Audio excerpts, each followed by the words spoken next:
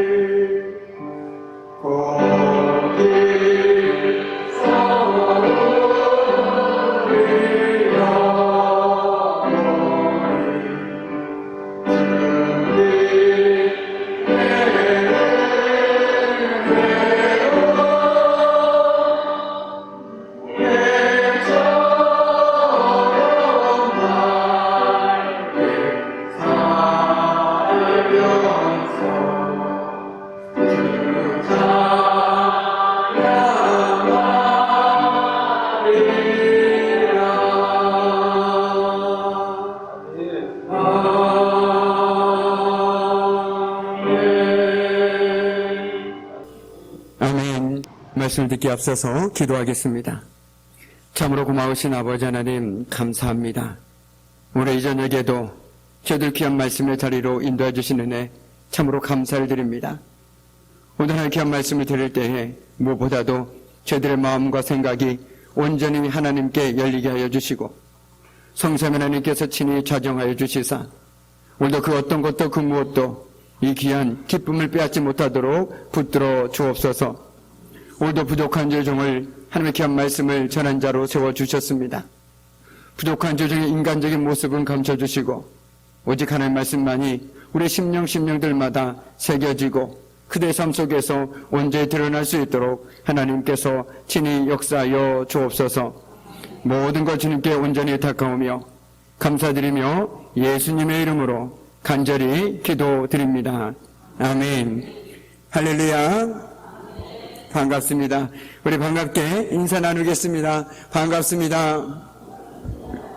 네, 참으로 반갑습니다.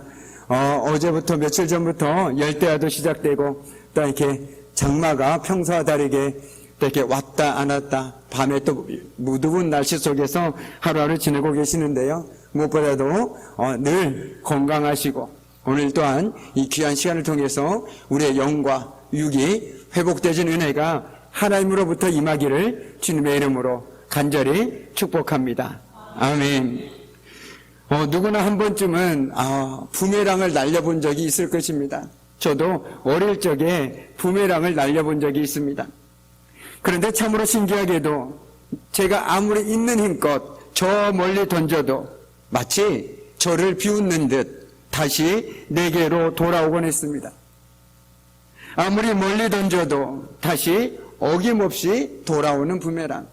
한 번쯤 보기도 하셨을 것이고 아니면 던져 보기도 하셨을 것입니다. 그런데 저는 그 부메랑을 생각하면서 바로 하나님의 은혜로 사는 인생이 이와 같지 않을까 생각하게 되었습니다. 아무리 세상에서 내팽겨치고 넘어지고 쓰러져도 내 안에 겨자씨만한 하나님의 은혜가 있다라면 다시금 하나님께로 돌아오게 된다라는 것이죠. 마치 부메랑처럼 말입니다. 100번, 1000번 넘어져도 이처럼 하나님의 은혜는 우리를 다시금 하나님께로 돌아오게 만든다라는 것이죠. 언젠가부터 내 마음이 식어지고 말씀이 들려지지 아니하고 신앙생활이 미지근해졌다라면 먼저 내가 그 옛날 그렇게 하나님께 감사하다고 고백했던 은혜를 혹시나 잊어버리고 살아가고 있지는 않은지 뒤돌아보아야 할 때임을 우리는 기억해야 될 것 같습니다. 저와 여러분은 누가 뭐라고 해도 하나님의 은혜로 사는 사람들이죠. 은혜 없이는 단 한순간도 못 사는 인생이 바로 저와 여러분의 삶입니다. 누군가는 이렇게 얘기하면 믿지 않는 사람들은 콧방구를 칠지도 모르겠지만 믿음의 눈으로 바라보면 정말 저와 여러분은 하나님의 은혜 없이는 단 한순간도 살아갈 수 없는 것이 진리입니다. 은혜 아니면 살아갈 방법이 없습니다. 때에 따라 돕는 하나님의 은혜가 있어야만 살 수 있습니다. 그런데 이처럼 하나님의 은혜를 고백하는 사람은요, 늘 하나님 앞에서 겸손할 수밖에 없습니다. 왜냐하면 하나님의 은혜 없이는 살아갈 수 없다고 고백하면서 어떻게 우리가 교만이 행할 수 있겠습니까? 절대로 그럴 수 없다라는 것이죠. 그렇지 않습니까?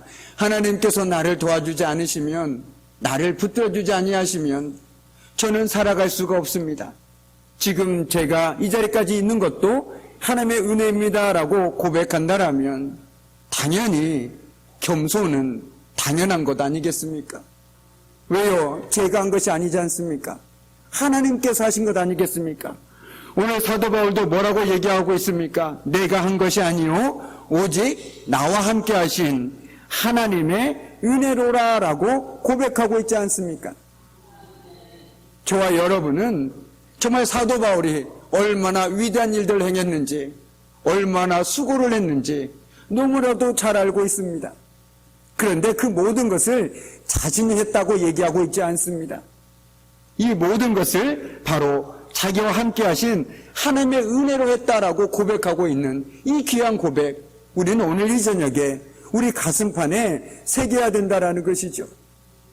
그렇기 때문에 그는 겸손할 수 있었고, 그는 교만하지 않고 넘어지지 않는 인생을 살아갈 수 있었다라는 것입니다. 우리는 늘 이렇게 얘기합니다. 하나님의 은혜가 필요하다라고. 때마다 일마다 도우시는 하나님의 은혜가 있어야 우리는 살아갈 수 있다라고 고백합니다. 맞습니다. 참입니다. 진짜입니다. 마치 이스라엘 민족들의 광야에서 날마다 하나님께서 만나와 메추라기를 먹으면서 살아갔던 것처럼 그렇게 우리도 날마다 하나님의 은혜를 구하며 그 은혜로 살아가고 있는 것 아니겠습니까? 아침에 시작할 때도 하나님 오늘도 내가 하나님 은혜로 살아갈 수 있도록 붙들어 주십시오. 저녁을 마무리하고 잠자리 누울 때는 하나님께서 오늘도 은혜로 붙들어 주셔서 평안한 쉼을 허락해 주심에 감사드립니다 라고 고백할 수 있는 것이 바로 저와 여러분의 매일매일의 삶이 아니던가요? 왜냐하면 하나님의 은혜가 아니고서야 저희들은 단 한순간도 온전히 살아갈 수 없는 참으로 부족하고 연약한 인생이기 때문에 그렇습니다. 오늘 바울의 고백이 바로 그것입니다. 오늘 10절 말씀에 내가 나 된 것은 하나님의 은혜로 된 것이다 라고 말하고 있습니다. 바울의 인생을 관통하는 하나의 단어가 있다라면 그것은 두말할 필요 없이 바로 은혜입니다. 그의 삶은 하나님의 은혜를 빼놓고는 설명할 수가 없습니다. 그러나 바울은 이전에는 그 하나님의 은혜와는 전혀 무관한 사람이었습니다. 그에게는 은혜는 아무 소용이 없었습니다. 그런 그가 이제 말합니다. 나는 사도 중에 가장 작은 자나 나는 하나님의 교회를 박해하였으므로 사도라 칭함받기를 감당하지 못할 자니라. 아멘. 하나님의 은혜를 깨닫고 보니 내가 어떤 사람인지 정확하게 보입니다. 지금까지 내가 대단한 사람이라고 정말 남부럽지 않다라고 생각했는데 내 힘으로 살아왔다고 생각했는데 하나님의 은혜를 누리고 보니 내가 어떻게 살아왔는지 정확하게 알게 되었다라는 것이죠. 그래서 오늘 사도 바울도 자신은 사도라 칭함받기를 감당하지 못할 자라고 고백하고 있는 것입니다. 오직 그의 겸손함은 하나님의 은혜에 있었습니다. 은혜라는 것은 내 안에서 무언가를 찾지 않습니다. 내가 이래서 대단하고 나에게 이런 능력이 있어서 남보다 뛰어나고 이런 것들을 찾지 않습니다. 오히려 내 밖에서 찾게 된다라는 것이죠. 그것이 바로 하나님입니다.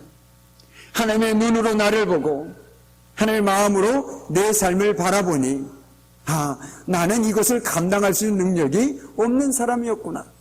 하나님의 은혜로 이 모든 것들을 감당할 수 있었구나라는 그 겸손한 고백을 하지 않을 수 없다라는 것이죠. 저와 여러분은 잘 알고 있었습니다. 사도 바울은 다메섹 도상에서 예수님을 인격적으로 만났지요. 그 전에는 예수님을 어쩌면 지식적으로 알고 있었는지도 모르겠습니다. 사실 과거 그는 은혜를 고백하기보다는 자신의 신분을 자랑했습니다. 그런데 자랑할 만도 했습니다. 로마의 시민이었고 당시 세계를 지배하고 있는 로마의 시민권자였습니다. 목에 힘이 들어가고 발걸음에는 더더욱 힘이 들어갑니다. 그 누구도 그를 무시할 수가 없습니다. 또 자신의 배경을 자랑했습니다. 그 당시에 그는 유명한 가말리엘의 문화생이었습니다. 무엇 하나 빠진 것이 없는 사람, 그 사람이 사도 바울이라는 것이죠. 그런데 그가 지금 뭐라고 얘기하고 있습니까? 자신은 감히 사도라 칭함받기를 감당하지 못하겠다라고 얘기하고 있습니다. 만약 저와 여러분에게 이런 사람이 이런 말을 한다라면 너무 겸손하지 마십시오. 충분히 그럴 만한 자격이 있지 않습니까? 라고 말하지 않겠습니까? 그렇지 않겠습니까? 로마 시민권자의 그리고 그 유명한 가말리엘의 문화생에 그리고 자신의 배경도 지식도 학력도 그 하나 빠진 것이 없는 사람인데 자신은 그것을 감히 감당하지 못하겠다라는 것이죠. 그렇습니다. 앞서 말씀드린 것처럼 내가 하나님의 은혜를 누리고 살아간다라고 고백하는 사람이라면 그 사람의 삶을 한번 가만히 쳐다보십시오. 딱 결정적으로 그 사람이 정말 하나님의 은혜로 살고 있구나라는 것들을 볼 수 있는 것이 있습니다.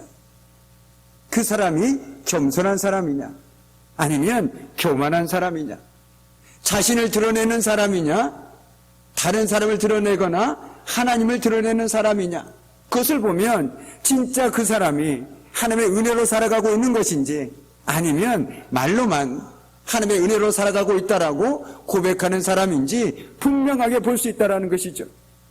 왜 그렇습니까? 우리가 서두에 말씀드린 것처럼 하나님의 은혜로 없이는 살아갈 수 없다고 말했다라면 그분 없이는 우리는 아무것도 아닙니다. 그런데 우리가 어떻게 내 자신을 드러낼 수 있으며 하나님 앞에서 내가 교만하게 행동할 수 있겠냐라는 것이죠. 절대로 그럴 수 없다라는 것입니다. 오늘 사도 바울 역시 그 하나님의 은혜를 깨닫고 보니 자신의 실상이 정확하게 보였습니다. 그래서 겸손하지 않을 수 없었다라는 것이죠. 우리 10절 말씀을 함께 읽도록 하겠습니다. 10절 말씀입니다. 그러나 내가 나 된 것은 하나님의 은혜로 된 것이니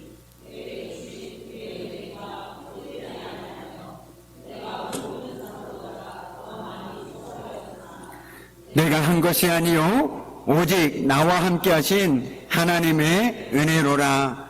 아멘. 바울은 자신이 사도된 것, 내가 나 된 것은 전적으로 하나님의 은혜로 된 것이라고 고백하고 있습니다. 그래서 바울은 그 은혜가 헛되지 않게 하려고, 하나님의 은혜가 헛되지 않게 하려고 더 많은 수고를 할 수 있었고, 그런데 그 수고조차 하나님의 은혜로 할 수 있었다라고 얘기하고 있습니다. 한마디로 내가 하고 싶다고 할 수 있는 것이 아닙니다. 은혜로 주어지는 것이라면 감사함으로 내 능력이 아니라 하나님의 능력으로 감당하게 된다라는 것을 오늘 우리는 이 사도 바울의 고백을 통해서 깨닫게 되어진다라는 것이죠. 하나님께서 은혜로 허락해 주셔야만, 그리고 그 일 가운데 내가 그 일을 행할 때 하나님께서 은혜로 함께 해주셔야만 그 모든 것들이 가능하다라고 오늘 사도 바울은 얘기하고 있는 것입니다. 내가 아무리 그 은혜가 헛되지 않게 하려고 아무리 많은 수고를 한들 그 수고 가운데도 하나님의 은혜가 없다라면 아무것도 할 수 없다라고 얘기하고 있다라는 것이죠. 그 수고마저도 하나님의 은혜로 감당할 수 있었다. 이것이 바로 사도 바울의 이야기입니다. 우리의 은혜의 관점에서 교회의 직분과 교회에서 주어진 일들을 어떤 자세로 어떻게 섬겨야 하는지 우리는 깨닫게 되어집니다. 내가 하는 것 같죠. 내가 수고해야 뭔가 되는 것 같습니다. 그러나 가장 먼저 출발점은 그 일을 하게 해주신 분이 하나님이라는 것입니다. 내가 아무리 하고 싶다고 한들 하나님께서 허락해 주지 않으시면요, 할 수 없습니다. 그래서 우리가 교회 안에서, 아니 교회 안에서뿐만 아니라 우리 삶 속에서 하나님께서 우리에게 허락해 주신 일들을 은혜로 받아들이고 기쁨으로 감사함으로 우리가 자원하는 마음으로 감당해야 하는 것이지, 내 능력을 보고 된다 안 된다, 이것은 결코 신앙적인 모습이 될 수 없다라는 것입니다. 하나님께서 은혜로 나에게 허락해 주실 때 그때 바로 내가 믿음으로 반응해야 되는 것입니다. 교회에서 직분도 마찬가지고 교회에서 내가 맡겨진 일들도 마찬가지라는 것입니다. 그것은 결코 겸손함이 아닙니다. 저 말고 다른 분을 세워주십시오라고, 이것은 겸손한 표현이 아니라는 것이죠. 혹시라도 앞으로도 혹시 주 안에서, 교회 안에서 어떤 일들을 감당하게 되거나 어떤 직분들을 맡게 될 때 스스로를 보지 마십시오. 내 능력으로 이거 감당할 수 있겠다 없겠다 먼저 판단하지 마십시오. 하나님께서 은혜로 나에게 주셨다라면 나에게 감당하실 능력조차 주시지 않겠습니까? 그 믿음이 저와 여러분에게 필요하다라는 것이죠. 그것이 바로 모든 것이 하나님의 은혜라고 고백하고 살아가는 사람들의 삶의 모습이고, 그 삶을 통해서 하나님의 영광이 드러나게 된다라는 것입니다. 하나님께서 나에게 맡겨주셨는데 어떻게 건성건성할 수 있겠습니까? 하나님께서 나에게 맡겨주신 일들인데 어떻게 정말 내가 전심을 다해서 하지 않을 수 있겠냐라는 것이죠. 이것이 비단 목회자에게만 해당되는 일일까요? 절대로 그렇지 않습니다. 우리 모두가 동일하게 하나님 앞에서 하나님의 백성으로 살아가고 있지 않습니까? 하나님께서 누군가에게는 이런 은혜를 주셨고 누군가에겐 이런 은혜를 주셨다라면 하나님께서는 동일하게 요구하고 계시다라는 것이죠. 그렇기 때문에 오늘 사도 바울의 고백을 통해서 하나님께서 우리에게 주신 은혜로 주신 일들을 우리가 어떻게 감당해야 하는지 우리는 분명하게 깨닫게 되어집니다. 그런데 우리가 주의 일들을 감당할 때 하기 싫을 때가 언제인가요? 주의 일을 자꾸만 미룰 때가 언제인가요? 바로 우리 안에 하나님의 은혜가 고갈될 때입니다. 내 안에 은혜가 없으니 하기가 싫죠. 그걸 왜 내가 해야 하는 거야? 내 안에 은혜가 없으니 자꾸만 미루게 됩니다. 억지로 하게 됩니다. 그런데 우리 안에 하나님의 은혜와 감격과 감동이 있다라면 우리는 기쁜 마음을 할 수밖에 없죠. 하나님 이것도 나에게 맡겨주시니 감사합니다. 내가 이것을 할 수 있도록 하나님께서 나에게 은혜를 베풀어 주시니 감사합니다. 이렇게 고백하지 않으시겠습니까? 그러나 우리 안에 은혜가 없다라면 왜 내가 이것을 해야 합니까? 다른 사람이 해야 되는 거 아닙니까? 이렇게 얘기하지 않겠습니까? 왜요? 우리 안에 은혜가 바로 고갈돼 가고 있기 때문입니다. 그렇기 때문에 우리는 늘 기도 가운데 하나님의 은혜를 구해야 합니다. 하나님, 내가 하나님의 은혜를 잊지 않고 살아갈 수 있도록 은혜를 회복시켜 주십시오. 내 안에 하나님의 은혜가 있어야만 내가 하나님을 떠나지 않고 살아갈 수 있지 않겠습니까? 나는 하나님 은혜 없이는 살아갈 수 없습니다. 그 은혜가 자꾸만 내 마음 속에서, 내 삶 속에서 고갈되지 않도록 하나님께서 충만하게 채워주시옵소서. 그래서 내가 모든 순간 속에서 하나님의 은혜를 느끼고 살아간다면 그 모든 순간이 감사의 시간대로 바뀌지 않겠습니까? 그것이 바로 은혜를 가슴에 안고 살아가는 삶의 모습이라는 것이죠. 조그만이라도 하나님께서 하셨습니다. 감사합니다. 이렇게 고백하는 것 아니겠습니까? 사실 바울이 내가 예수를 만났다, 이제부터 나는 예수만을 위해 살 것이다 라고 말했을 때 대부분의 사람들은 거의 믿지 않았습니다. 왜냐하면 그가 어떻게 살아왔는지 너무나도 분명하게 알고 있었기 때문입니다. 그는 우리가 알고 있는 것처럼 스데반이 돌에 맞아 죽을 때 옆에서 겉옷을 들고 있었던 사람이었습니다. 한마디로 방관자였죠. 더불어서 또 어떤 사람이었습니까? 그리스도인들을 핍박하고 감옥에 가두려고 다메섹까지 가던 사람이 바로 사도 바울이 아니었습니까? 그 사람이 갑자기 어느 날 나 예수만을 위해서 살 거야, 이제부터 예수만을 전하며 살 거다라고 얘기했을 때 누가 믿을 수 있겠습니까? 그랬던 사람이 이제는 나는 예수를 위해 살겠다, 예수 전하며 살겠다라고 말했을 때 그는 그 모든 것들이 하나님의 은혜라고 한마디로 이야기합니다. 그래서 그는 비록 예수 그리스도의 고난과 부활에 동참하지는 못했지만 사도로 인정을 받을 수 있었던 것이죠. 그런데 이 모든 과정들도, 이 모든 것들도 하나님의 은혜 때문이었습니다. 사도 바울도 예수를 인격적으로 만나고 나서는 비로소 정말 은혜라는 것이 이런 거구나 라고 깨닫게 되었습니다. 은혜를 맛보게 되었다라는 것이죠. 하나님의 은혜가 얼마나 귀한 것인가를 깨닫게 되었습니다. 그래서 그는 나의 나 된 것 하나님의 은혜다 라고 고백할 수 있었습니다. 그러면서 이전에는 예수를 원수처럼 여기며 핍박하던 그 바울에서 이제는 하나님의 은혜로 그 예수를 목숨 걸고 전하는 위치에 서게 된 것입니다. 여기 어떤 사람이 죽을 병에 걸려서 참으로 무기력하게 세상을 비관하며 살다가 고침을 받았다면 그 사람의 삶은 이제 어떠해야 하겠습니까? 똑같이 무기력한 삶을 살아야 하겠습니까? 절대 그럴 수 없죠.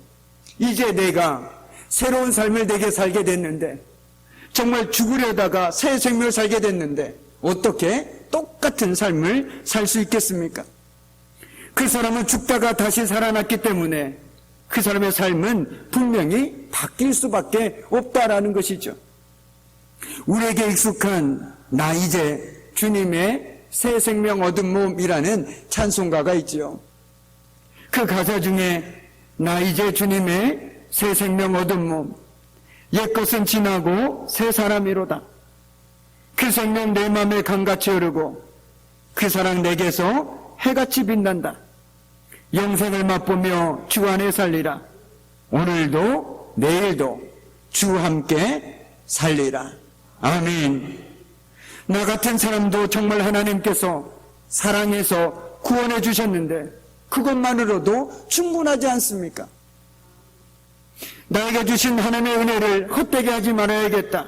나 이제 하나님의 은혜로 새 생명 얻었으니 오늘도 내일도 주와 함께 살겠노라 고백하지 않겠습니까? 예수 그리스도를 믿음으로 구원을 선물 받은 우리는 누가 뭐라고 해도 이미 하나님의 은혜를 입은 사람들입니다. 그러므로 우리는 언제나 어디서나 은혜 안에 거해야 합니다. 은혜를 한순간도 잊지 말아야 합니다. 은혜는 우리를 그리스도의 증인으로 살게 합니다. 봐봐라, 내가 하나님의 은혜를 누리고 살아가는 삶 아니냐. 나를 봐봐라. 그전에 내가 어떻게 살았는지를 봐봐라. 그리고 지금 내가 어떻게 변화됐는지를 봐라. 이것이 바로 하나님의 은혜 때문이다. 그러니 내가 바로 그 은혜의 산 증인이다라고 말할 수 있는 것 아니겠습니까? 저도 마찬가지고 우리 귀한 성도들 역시 마찬가지 아닙니까? 이전의 삶이 어떻든지 하나님의 은혜로 이 자리에 와서 새 생명을 누리며 살아가고 있는 산 증인들이 아니겠습니까? 구원의 은혜를 입은 사람은 이처럼 언제나 소망으로 숨쉬며 살아갑니다. 세상에는 우리가 소망을 곳이 참 많죠. 물질도 있고 사람도 있고. 그러나 그 사람도 물질도 한순간에 우리를 절망하게 합니다. 우리가 소망으로 삼아야 할 분, 바로 우리에게 새 생명을 주시고 어제나 오늘이나 동일하게 은혜를 주시는 오직 한 분, 하나님밖에 없음을 우리는 기억하고 살아가야 되는 것이죠. 은혜는 우리를 끝까지 주님께 소망을 두고 사는 사람으로 살게 합니다. 내가 은혜를 기억하고 살아가면 서두에 언급해드린 것처럼 내가 아무리 주님을 떠나 살아고 하려고 해도 마치 다시 돌아온 부메랑처럼 하나님께 돌아올 수밖에 없다라는 것입니다. 그런데 우리가 하나님부터 멀어진 이유가 무엇입니까? 하나님의 은혜가 내 마음속에, 내 삶 속에 사라져가고 있기 때문입니다. 나는 하나님께 받은 은혜가 없는데, 나는 하나님께서 내 삶에 주신 은혜가 없는데 무엇을 보고 믿을 것이냐라고 말하는 분들이 있습니다. 참으로 공감이 가는 말입니다. 그런데요, 사실 눈을 크게 뜨고 보면 오늘 하루의 삶 속에서도 하나님께서 우리 삶에 베푸신 은혜가 얼마나 많은지 모릅니다. 그렇지 않습니까? 저에게만 그렇겠습니까? 아닙니다. 하나님께서는 오늘도 우리 삶 가운데 많은 은혜를 베풀어 주셨다라는 것이죠. 그 은혜를 발견한 사람은, 그 은혜를 누리고 사는 사람은 내 삶은 아무리 어려워도, 내 계획대로 뜻대로 되지 않아도 여전히 내 소망은 하나님밖에 없다라고 고백하며 살아갈 수 있는 사람입니다. 왜요? 내 삶에 여전히 은혜가 꿈틀대고 있으니까. 지금껏 살아오면서 부질 것 부질없는 것 붙잡고 몸부림쳤다라면 이제부터라도 하나님 붙잡고 은혜 붙잡고 믿음으로 살아가기를 원합니다. 거기에 소망이 있고 거기에 길이 있고 우리 삶에 해결의 열쇠가 있는 줄로 믿습니다. 아멘. 이처럼 하나님의 은혜를 누리고 살았던 많은 믿음의 사람들은 은혜로 인해 그들의 삶이 늘 하나님께로 이끌리는 삶이었습니다. 바로 그 은혜가 그들을 하나님께로 이끌었다라는 것이죠. 하나님의 은혜가 그들의 가슴 속에서 용솟음치며 어떤 상황 속에서도 하나님만을 바라보게 합니다. 그때 그 힘든 시간들 속에서 나에게 은혜를 베푸셨던 하나님이 계시기에 나는 오늘도 그 하나님만을 의지하고 살아가련다. 그 하나님을 믿고 살아가련다. 이게 바로 저와 여러분의 믿음의 고백이고 믿음의 삶이 아니겠습니까? 그런 삶에는 더욱더 하나님의 은혜가 넘쳐날 수밖에 없는 것은 당연한 것 아니겠습니까? 그런데 우리가 이처럼 믿음의 삶을 살지 못하는 이유는 참으로 많은 이유가 있겠죠. 하나로 딱 꼭 집어서 얘기하기는 어렵겠지만 그 중에 하나는 바로 하나님의 은혜가 우리 삶 가운데서 서서히 잊혀져 가고 있기 때문입니다. 이런 얘기가 어떨지 모르겠습니다. 자녀들이 부모님에게 연락이 뜸해질 때가 있습니다. 자기 살기 바빠서. 그리고 부모님이 나에게 해줬던 것들이 이제 서서히 옅어집니다. 내 먹고 살기 바쁜데 부모님 생각이 나지가 않습니다. 그러다 보니 연락도 뜸해지고 관계도 소원해지는 것들은 당연하게 되는 것이겠죠. 마찬가지입니다. 하나님과의 우리의 관계 속에서 하나님의 은혜가 우리 삶 속에서 옅어지면 당연히 하나님과의 관계도 소원해질 수밖에 없습니다. 내 먹고 살기 바쁜데 내가 언제 하나님께 말씀 보고 기도하고 그런 시간들이 어디 있겠습니까? 지금 내 코가 석잔데 말이죠. 그런데 내 안에, 우리 안에 하나님의 은혜가 있다라면 그거보다 더 중요한 것이 바로 하나님을 우리는 기억할 수밖에 없다라는 것이죠. 내일이 아무리 바빠도 하나님 앞에 멈추는 시간이 더 중요하고 하나님 말씀을 보는 시간이 더 즐겁고 감사하고 은혜임을 깨닫게 된다라는 것입니다. 이처럼 하나님에 대한 감독과 감격을 사려져 버리면 우리 역시 어느 순간 우리의 믿음이 옅어질 수밖에 없습니다. 많은 사람이 하나님의 은혜에 익숙해지면 나중에는 그 은혜를 너무도 쉽게 생각합니다.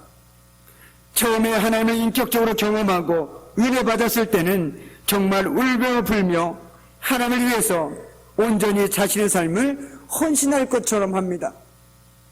하지만 시간이 좀 지나면 언제 그랬냐는 듯이 언제 제가 하나님께 그런 말을 했습니까? 라고 말하는 듯이 현실에 안주하며 하나님의 은혜를 잊어버리고 사는 경우가 너무나도 많이 있죠.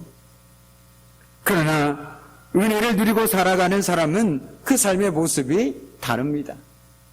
하나님의 마음으로 느끼고 하나님의 눈으로 보고 하나님의 약속을 의지하며 살아갑니다. 그렇게 힘겨운 삶 가운데서도 작은 은혜를 발견하고 크게 감사하며 기뻐하는 삶을 살아가게 되는 것이죠. 모든 환경 속에서도 은혜의 손길을 통해서 힘내어 살아가게 됩니다. 한마디로 하나님의 은혜가 우리 삶의 원동력이 되어주고 든든한 버팀목이 되어줍니다. 그럼으로써 어떤 상황 속에서도 부메랑처럼 다시금 하나님께로 돌아갈 수 있는 역할을 해준다라는 것이죠.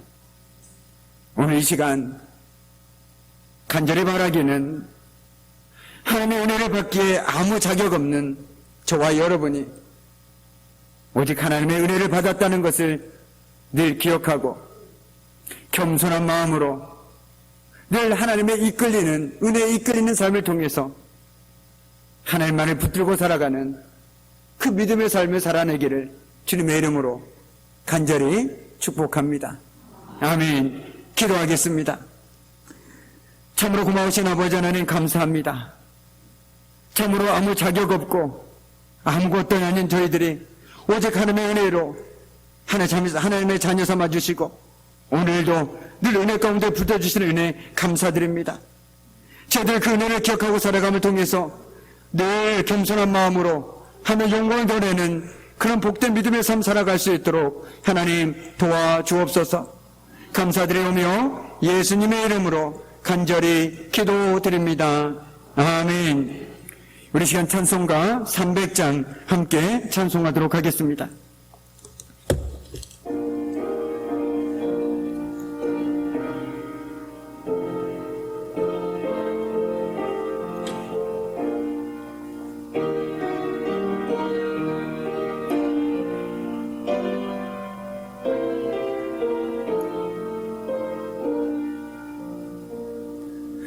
내가 힘들며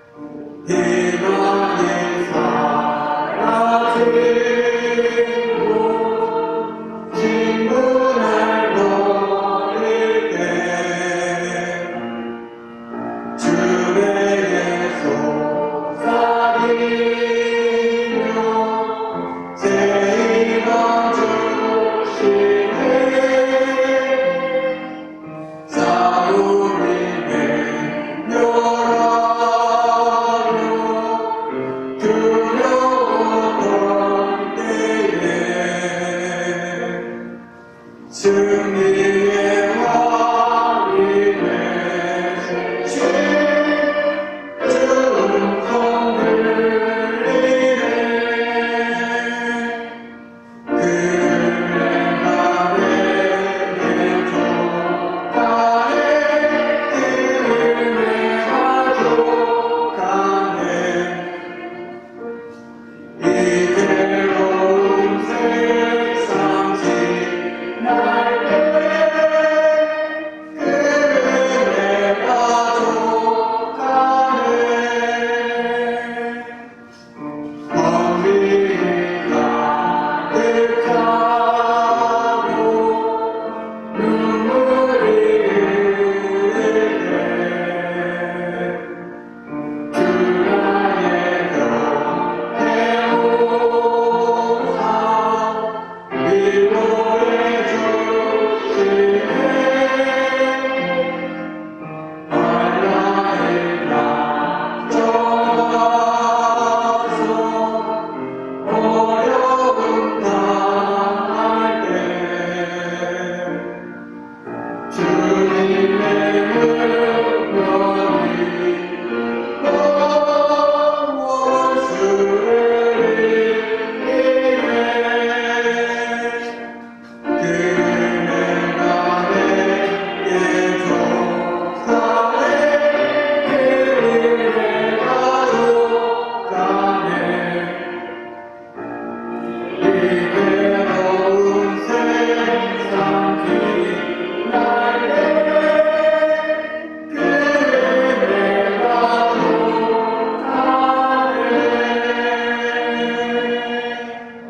아멘. 입니다. 이제는 우리 주 예수 그리스도의 은혜와 아버지 하나님의 그 말할 수 없는 사랑하심과 성령의 사귐과 임재와 다스리심이 지금까지 지내온 것 주님의 크신 은혜요 우리 삶의 모든 순간들이 하나님의 은혜를 기억하며 오히려 그 은혜로 말미암아 온전히 하나님의 영광을 들으며 살아가길 결단하는 우리 귀한 성도들의 삶과 그들의 가정과 일터와 사업장 위에 사랑하는 자녀들 위해 이제부터 영원토록 함께 하시기를 간절히 축원하옵나이다. 아멘.